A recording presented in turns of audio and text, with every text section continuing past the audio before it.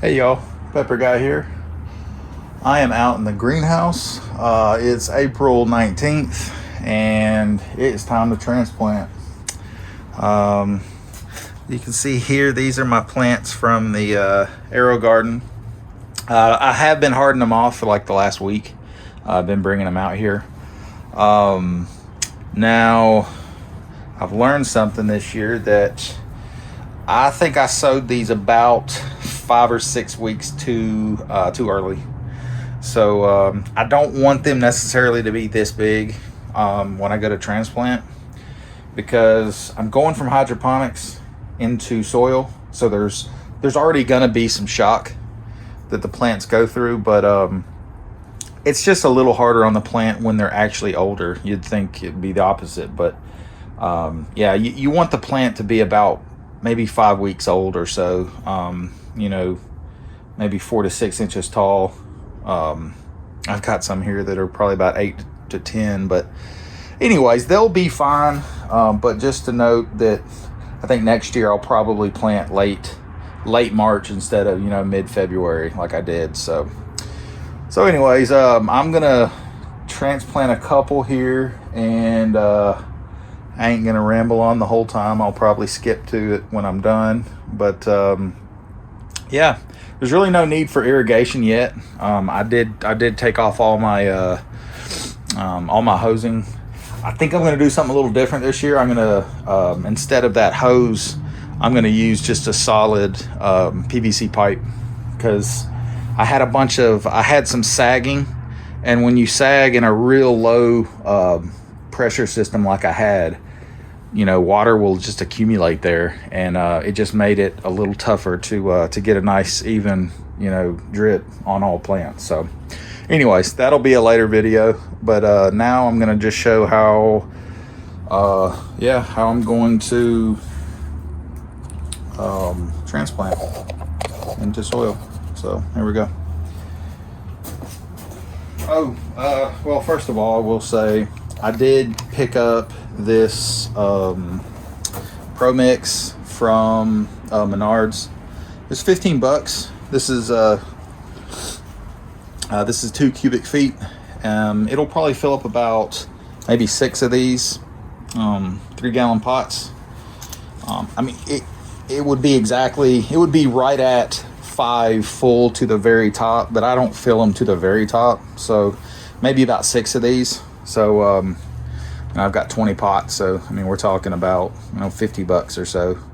And then I also did buy,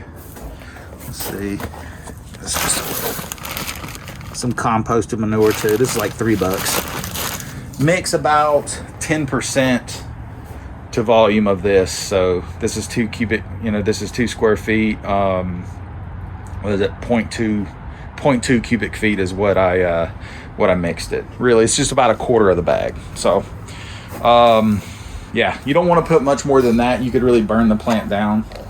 You don't want to do that. So here we go.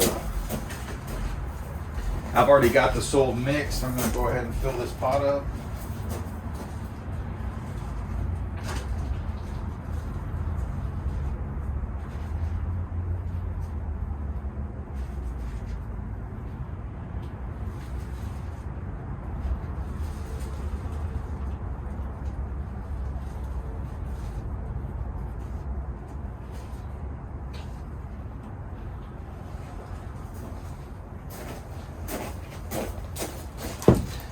So we'll fill it up near the top.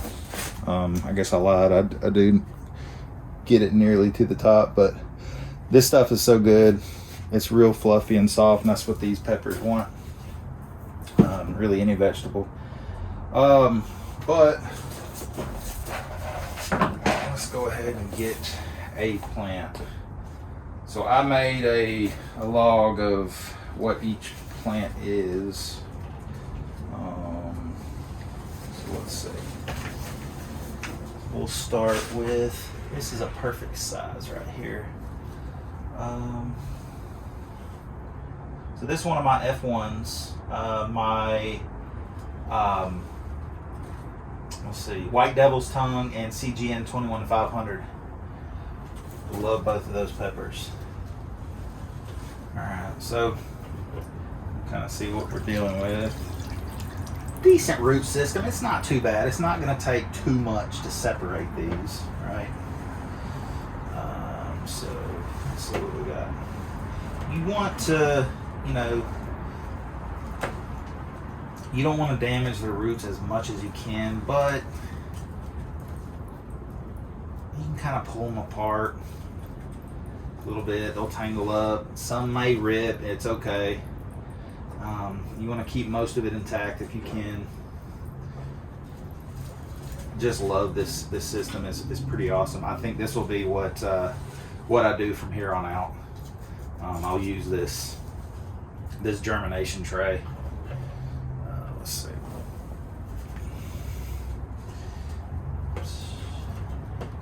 Don't want to damage any of these if you can keep from doing it. Okay, and it's really nice. It's got this this spongy piece. It's like some moss, and it'll just degrade away. But yeah, look at that nice root ball. This is a perfect transplant size. So all you want to do, get like a spoon or something. I got one of these little spatulas. You want to get, looks like most of about the whole depth here. Make a nice hole and just drop it in. I mean, it's pretty simple stuff. Give the roots enough space there, and then kind of fill it in. Not too complicated stuff here, but just know it is going to shock a little bit. It's just going to, because you're going from a nice indoor conditions, or at least this plant was in a nice indoor, 72 degrees, with, most importantly, without soil. So the roots didn't have to, they didn't have to compete. They didn't have to be strong at all. They're actually pretty brittle because they're in water. They didn't have to search for nutrients. They were just there. They were available. So what's really weak is the root system. That's it. Water it a little bit. I'm gonna add just a little bit from a can. Some people say you can spray them and mist them. That's fine. Don't give them too much. They don't need too much. They don't need a lot. I think the best jar, I guess.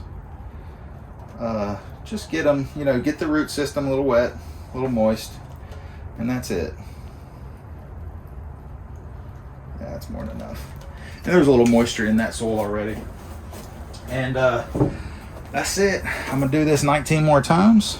I also have, I'm gonna have, I think 6 or 7 plants outside. So I'm gonna have 2 tomatoes. Those are gonna go in 10-gallon cloth pots. And then I'm gonna have 5 or 6 peppers that are gonna go in these 3-gallon pots. Just putting them outside because I wanted to try lowering my plant count in here. So last year I had 32. This year I want to have 20. And I think having 20 with having a PVC pipe, and I've got these nipples that screw right into the pipe. I'll make a video of that later. I think that it's going to have just really take advantage of this drip irrigation system and not lose any pressure, valuable pressure that I have. It's like I'm running at like 0.5 psi. So yeah, so pretty much what I'm gonna do is start the PVC here and run alongside the walls, and it's gonna curve down, it's gonna slant down just to increase that PSI as much as possible. It's definitely not gonna just because it's sloping down a little, it's not gonna really increase it, but it's gonna keep it from, that water. There's friction. Every bit the water moves, there's friction, and if you can reduce that friction, that's it's going to be beneficial. So I think we had quite a bit of quite a decent amount of watering power from just, from 32 plants. So I think going from 32 to 20, it's just going to be, I think it's going to be great. So, so that's it. I'm going to go ahead and get to work on some of these. Yeah, some of these are really big. But some of these are just perfect. Some of these are just the right size. You can see there's all different sizes. Look at these tiny ones here. And I might leave a couple of these in a little bit longer, a week or two in the AeroGarden, and make them a little bigger. But that's just perfect. That's perfect size right there. That's about what you want. 4 to 6 inches. That's about 4 inches there. These tomatoes got a little leggy. You see them, but they'll do fine. You can plant the tomatoes a little deeper, like up to here. Yeah, I reckon that's. I think that's got me. So I'll see y'all in a little bit. I'm gonna go ahead and get to work on some of these. All right. Well, this is about a week later. I ended up getting all of them planted. All these big pots are my 20. You can see the pipe worked really well. I feel like we're getting a lot better pressure than we did. This is the last one. You can see that. That's a lot better pressure than last year. Every one of them's moving really well. I think just not having the dip in the in that straight pipe and having a steady incline all the way down just really improves the flow and keeps the pressure as high as possible. But yeah, so here are my two Bahamian goats, Red Savina. This is my F1, my hybrid Japanese Cayenne with jalapeno. The King Star Lemon Starburst. We'll always have that one. Red Fury. This is just an orange pepper that I really liked. It's like Tabasco size. Fish pepper. The Trinidad Scorpion Moruga Yellow. Two here are Zings.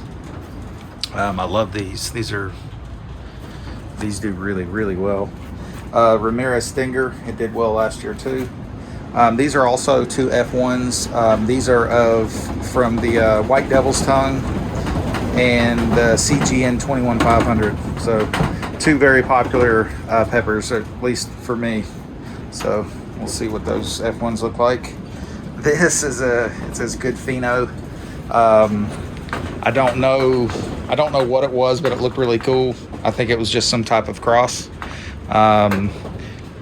Both of these are my Carolina Reapers, which I will use the pollen for crossing to some chiltepines that I have.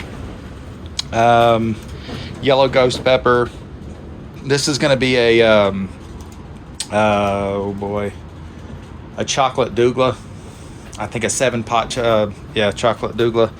And this is a solid gold, so it's a ghost pepper.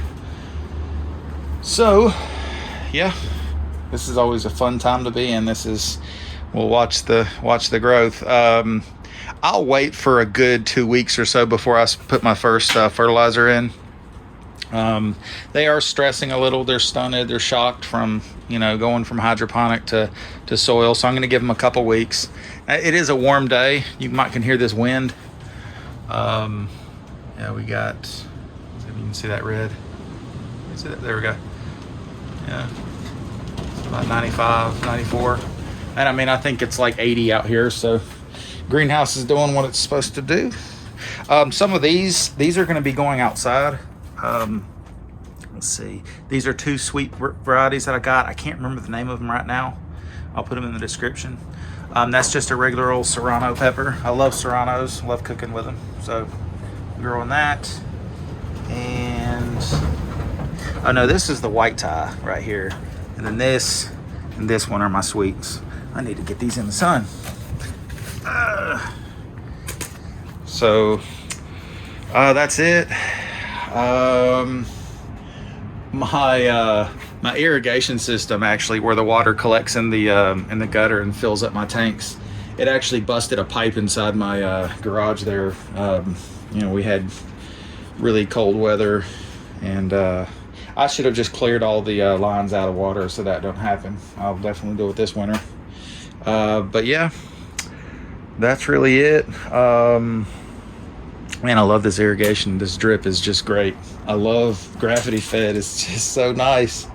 I thought about getting a pump this year, but there's just no need. There's just no reason to. Gravity's always working. So, and it's free. But anyways, that's it, y'all. Maybe in a couple weeks, maybe 2 weeks or so, I'll have an update. I'll have these outside. Hopefully these will be a few inches taller. So we'll see y'all then. Thanks.